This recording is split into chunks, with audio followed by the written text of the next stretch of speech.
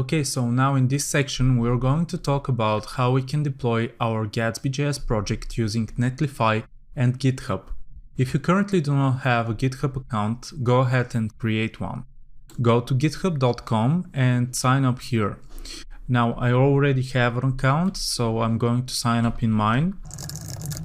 And now that you are inside, you would want to create a new repository. Create a new repo. I'm going to name mine Gatsby Netlify. It's going to be public with no description. So I'm going to create that repository.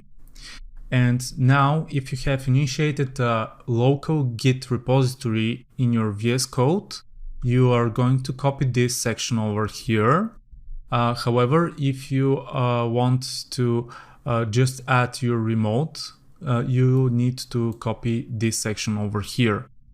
Now, if you do have a remote already, perhaps you have cloned my repository and there's a remote Git there, you would want to go in your terminal and you want to type git remote -v, and this will show what the repositories are currently. In order to remove those, type git remote rm and the name of the remote. Currently it is origin, so let's type origin. And if we try to list the remotes again, there are not going to be any. So I have currently initiated Git inside of my project here. So I'm going to copy the second option and paste it in my terminal. And this is going to push my project to my GitHub page.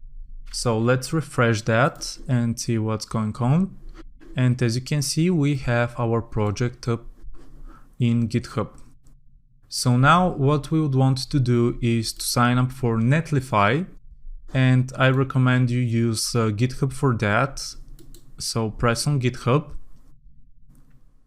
and we would want to add a new site from Git, and we want a continuous deployment with GitHub.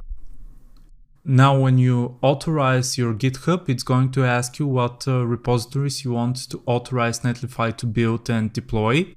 However, I have already done that as a practice.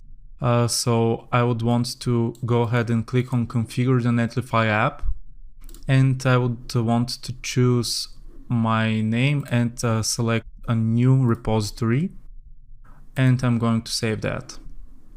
And now it's going to appear here. Okay, I want to deploy the master branch. So let's deploy the website. Now this is going to start building our project and it's going to deploy it. It will take some time, so go ahead and grab a cup of coffee or something and come back later. Okay, now that our site has been deployed on Netlify, we need to set up a custom domain for our website. So if you do have a domain or a hosting, you can go to your cPanel, and I'm going to do that right now. And I'm going to create a subdomain. So let's go ahead and find our subdomains. And I'm going to create a Gatsby subdomain to my blog over here. So I'm going to create that, and let's go back and check it if we have created it. Yes, we have created it. So we need to copy that and we need to go ahead and set it up as a custom domain, and let's verify it. Yes, that's our domain. And now what we would need to do is to add some DNS configurations so we can connect our domain to our Netlify hosting. So in order to do that, let's go ahead back in our cPanel, and we need to search for zone editor and go ahead and manage your domain. And search for your subdomain. And here I'm going to delete the unnecessary configurations as we're not going to use them right now. So let me just clean the things a little bit. Now what we would want to do is to add a record in our zone editor. We want our gatsby.codingsrc.com dot at the end with the TTL of 1800.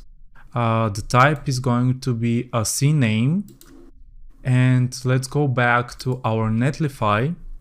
And on top, this is our domain on Netlify, the subdomain on Netlify that we are going to use.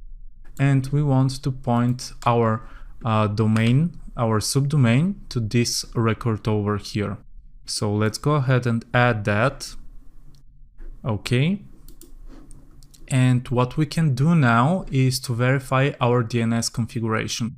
Keep in mind that this might take a while, up to 24 hours for our DNS configurations to take the changes.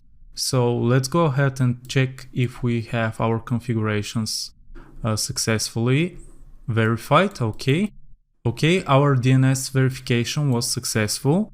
Let's provision a certificate. They are going to create a certificate to our domain name so we can use HTTPS.